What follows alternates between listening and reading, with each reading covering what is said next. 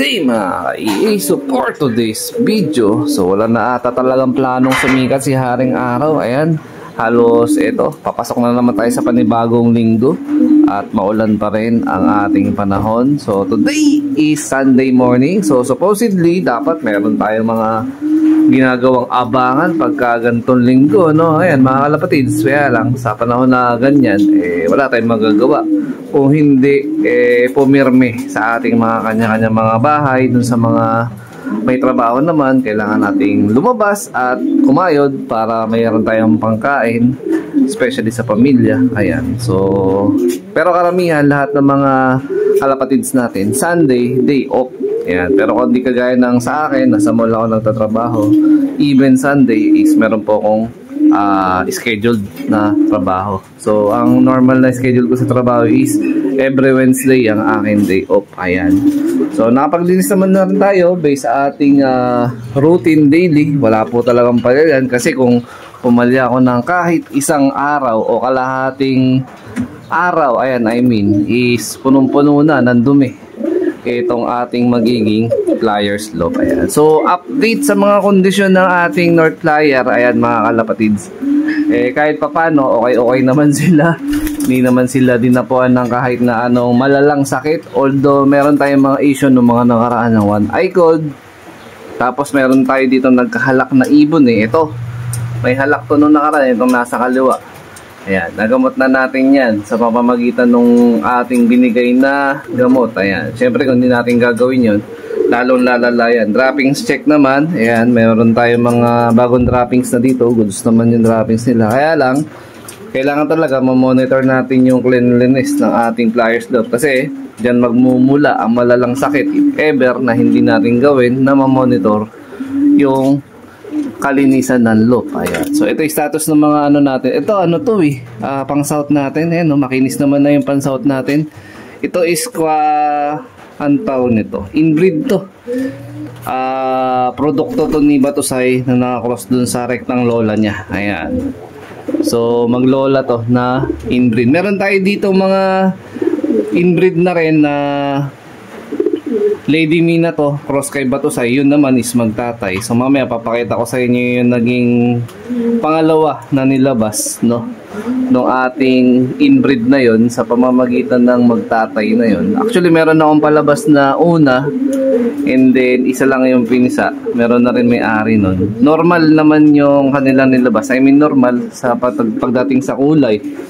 Pagdating sa kulay mga kalapatids, checkered. Ayan, typical color kasi yung tatay is black check, tapos yung pares na si Lady Mina to is checkered. Ito yung produkto. Ayan, na-out natin to. Meron na may-ari nito, hen yan. So yung typical na kulay niya is normal. Tapos meron lang tayo dito na medyo kakaiba tayo na naobserbahan, pero hindi ako totally sure kung talagang kakaiba yung kulay niya dahil hindi pa naman totally kompleto yung balahibo. Mamaya ipapakita ko sa inyo mga kalapatids, no? Ayan, ito yung status naman dito sa ano natin, stock bird tsaka VIP breeding. Ayan, isa na lang yun nandito. Yung red bar na lang na si Mr. Solo. Ayan, malinis din dito sa ilalim. So meron lang nakapag-comment nung nakaraan na sabi baka nga raw dagain ako dito. So hindi ko na kayang gawan kasi ng paraan to na i-sealed pa or kung ano man. So ang pinaka-monitoring ko na lang para hindi yan dagain talaga totally, yung malinis na lang talaga to. Tapos yun, siguro pag may nakikita ko maaligid, yun, naglalason talaga ako ng ano, ng daga or may binibigay ako mga pain. Actually yung panghuli ko ng daga, never pa nakahuli yun. Pero yung pain na panlason, yung nabibili lang din sa mga supermarket, meron ako nun regular na naka-imbak. So pagka gusto kong may namamonitor ako, naglalagay ako ng ganun, naglalason talaga ako. So awa naman ng Diyos, wala pa naman tayo naging issue dito na nadali tayo ng daga. O ayan, ito na lang yung possible na hinahanapan ko ng pamares dito. Pero yung tropa ko, meron din kasi siyang yellow check, no, galing sa Pampanga. Dahil din ng mga champion ng kanyang bayo-baya niya yun. Basta relatives niya. Sabi niya ipapahiram niya raw sa akin para nga kapag pares ko na to. Ito kasi is pares na no, mga kalapatids, no. So yung yellow check na ipapahiram niya sa akin, may usapan naman din kami na bibigyan ko din siya na magiging possible na anak. Siguro hanggang second clutch lang yun. Kukuha lang ako ng panlaban, tapos kukuha din ako ng pang-stock, tapos yung may ibibreed na extra, ibibigay ko rin sa kanya para masubukan niyang ilipad. Tama po ba yun?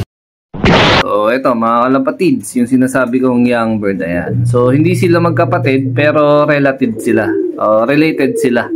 Ayan, nagbigay lang ako ng red cell tsaka victory pills sa mga young bird natin. So ito, yung parent nito is sila na yung nagpo-poster dito sa young bird ni Batusay na inbreed. So ito, pangalawang palabas ko na to, isa lang din yung pisa.